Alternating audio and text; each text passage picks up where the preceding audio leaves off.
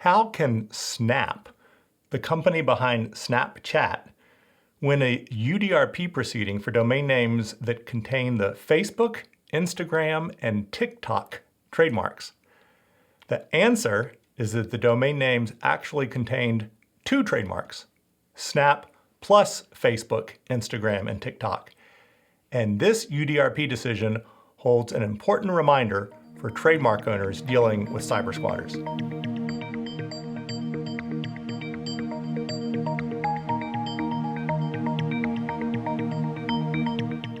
Hi, it's Doug Isenberg, and the case I'm talking about here was filed by Snap Incorporated under the UDRP, the Uniform Domain Name Dispute Resolution Policy. It actually involved 6 domain names: Facebook-Snapchat.com, Snapchat-Facebook.com, Instagram-Snapchat.com, Snapchat-Instagram.com, TikTok-Snapchat.com, and Snapchat-TikTok.com. The decision in this case was published by the Forum in June 2021. So, as a quick reminder, the first element of every UDRP case requires the complainant, or the party who filed the case, to prove that the disputed domain name, or in this case, domain names, are identical or confusingly similar to a trademark in which it has rights.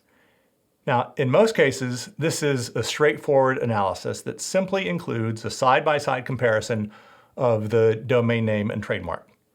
But occasionally, as happened here, the domain name contains not only the complainant's trademark, but also a trademark owned by a third party not involved in the case.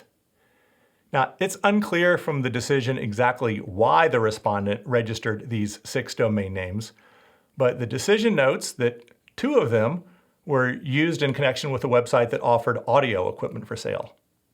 The others apparently were not used in connection with active websites, although the respondent offered 4 of them to Snapchat in exchange for $10 million worth of advertising, and then tried to sell all of them to Snap for $20 million.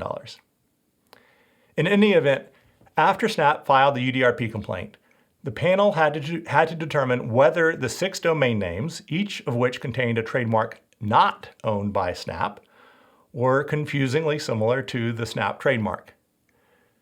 First, the panel cited the WIPO overview in reaching its decision, which says, where the complainant's trademark is recognizable within the disputed domain name, the addition of other third-party marks is insufficient in itself to avoid a finding of confusing similarity to the complainant's mark under the first element. And the panel added, it matters none that the owners of the Instagram, Facebook, and TikTok trademarks are not parties to the proceedings.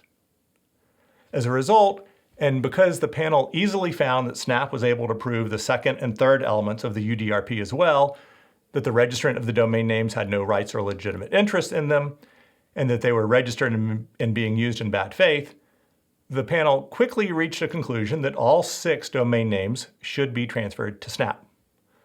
But that wasn't the end of the decision, because the panel recognized the potential complications that could arise from awarding one trademark owner, Snap, domain names that contain trademarks owned by others, namely Facebook, Instagram, and TikTok. In other words, the owners of those trademarks were not a party to the UDRP and apparently had not consented to Snap filing the complaint on their behalf. So, the panel wanted to ensure that its decision would not be interpreted as giving Snap any rights to the Facebook, Instagram, and TikTok trademarks, or even the domain names itself, but instead only that a transfer of the domain names to Snap was appropriate under the UDRP. So, after reaching its conclusion, the panel added an additional section to its decision. It's a little lengthy, but it explains clearly what the issue is and what the options are, so bear with me as I read from the decision itself. Here's what the panel wrote. An issue arises as to the proper form of relief to be ordered by the panel.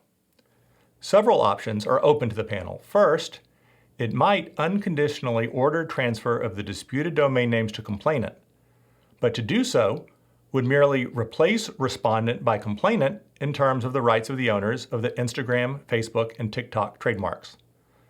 Whilst the panel is in no doubt the complainant conducts itself honestly, the problem with this option is that in principle, the order does no more than change the ownership of what are instruments of confusion. A second option is to order cancellation rather than transfer of the disputed domain names. Complainant had to elect transfer or cancellation of the disputed domain names. It elected transfer, and so in this scenario, the panel would make an order in direct conflict with complainant's request. The third option would be for the panel to issue a procedural order, requiring complainant, within a finite time, to provide evidence of the third-party trademark holder's consents to the transfer order in favor of complainant.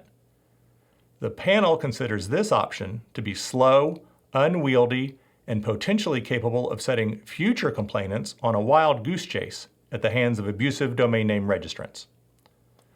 The final option, and the one favored by this panel for reasons of both practicality and harmony with the spirit of the UDRP as a quick and cost-effective procedure, is to order transfer of the domain names without prejudice to the concerned third party's rights. So that's exactly what the panel did.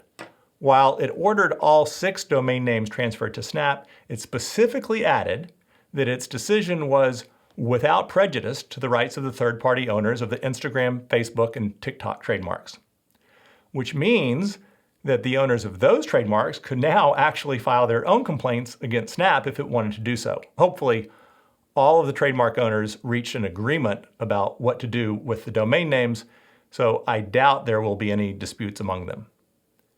Now, in similar cases, I've gotten another trademark owner to join my client in filing a UDRP complaint. So the transfer of the domain name can actually be made to multiple parties jointly. And in other cases, I've obtained the other trademark owner's consent before filing the complaint in the first place, which usually includes an agreement that one of the parties will maintain but not use the disputed domain name. In any event, this Snapchat decision makes clear that a trademark owner should have no problem dealing with the confusing similarity issue in a UDRP case. But as I said, I think it's best to proactively address the issue instead of leaving it to the panel about what to do about the multiple trademarks. If you want to learn more about the UDRP, please check out my masterclass on domain name disputes, as well as other resources on my GigaLaw website. And be sure to subscribe to the GigaLaw YouTube channel to be notified of future videos discussing other UDRP cases. Thanks for watching, and see you next time online.